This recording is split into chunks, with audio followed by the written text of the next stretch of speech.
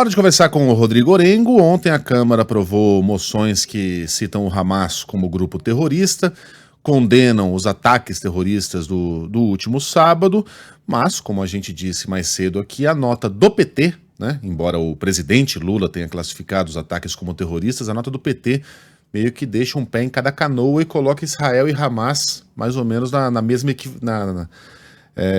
como se equivalendo, né, em degraus de violência.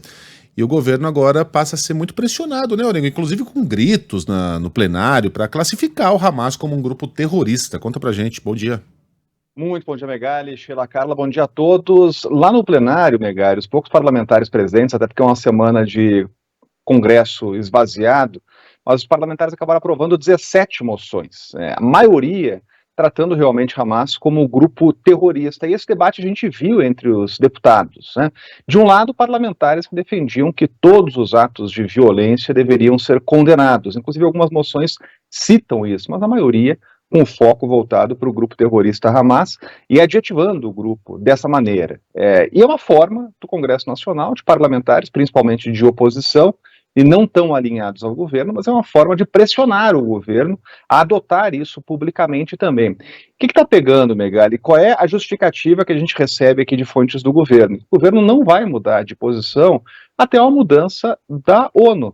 Então, da Organização das Nações Unidas. Como a ONU não trata Hamas como grupo terrorista, o governo segue a mesma linha. Agora, o governo é cobrado justamente até por aliados aí para adotar posições mais firmes. O governo publicamente condena os atos, e o presidente Lula, quando se manifestou, falou em atos de terrorismo, mas sem citar o Hamas, mas o governo é cobrado por tomar uma posição mais assertiva, até na escolha das palavras, né? Vamos pegar aquela nota do Itamaraty, do Ministério de Relações Exteriores, confirmando a primeira morte de um brasileiro, do gaúcho Hernani, e aí fala em falecimento, né?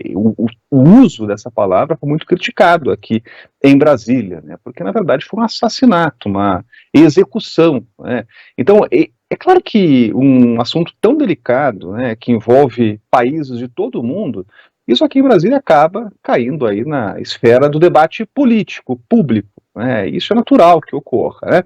Mas o governo já tem uma posição formada, vai seguir as menções feitas pela ONU, e o que o governo vai fazer, na prática, é atuar em organismos internacionais. O Brasil ocupa, num momento tão importante como esse, aquele assento da presidência rotativa do Conselho de Segurança da ONU. E nessa posição privilegiada, o Brasil vai fazer uma defesa, né, por condenações aos ataques feitos na região, ataques feitos pelo Hamas, mas busca pela paz. O Brasil está assumindo também em dezembro a presidência do G20, né, do grupo das principais nações do mundo, das 20 principais nações do mundo, e vai usar essas duas posições para fazer essa defesa pública e buscar soluções que possam buscar a paz lá na região. Vai ser a postura pública que o Brasil vai continuar adotando. Eis aí uma discussão sobre o nada, né? Primeiro essas moções de repúdio aí, nós repudiamos, tá? E daí? Mas ok, queremos que o governo classifique o Hamas como terrorista. Não vai classificar porque essa é a regra, é uma regra de Estado, não é uma regra do governo Lula.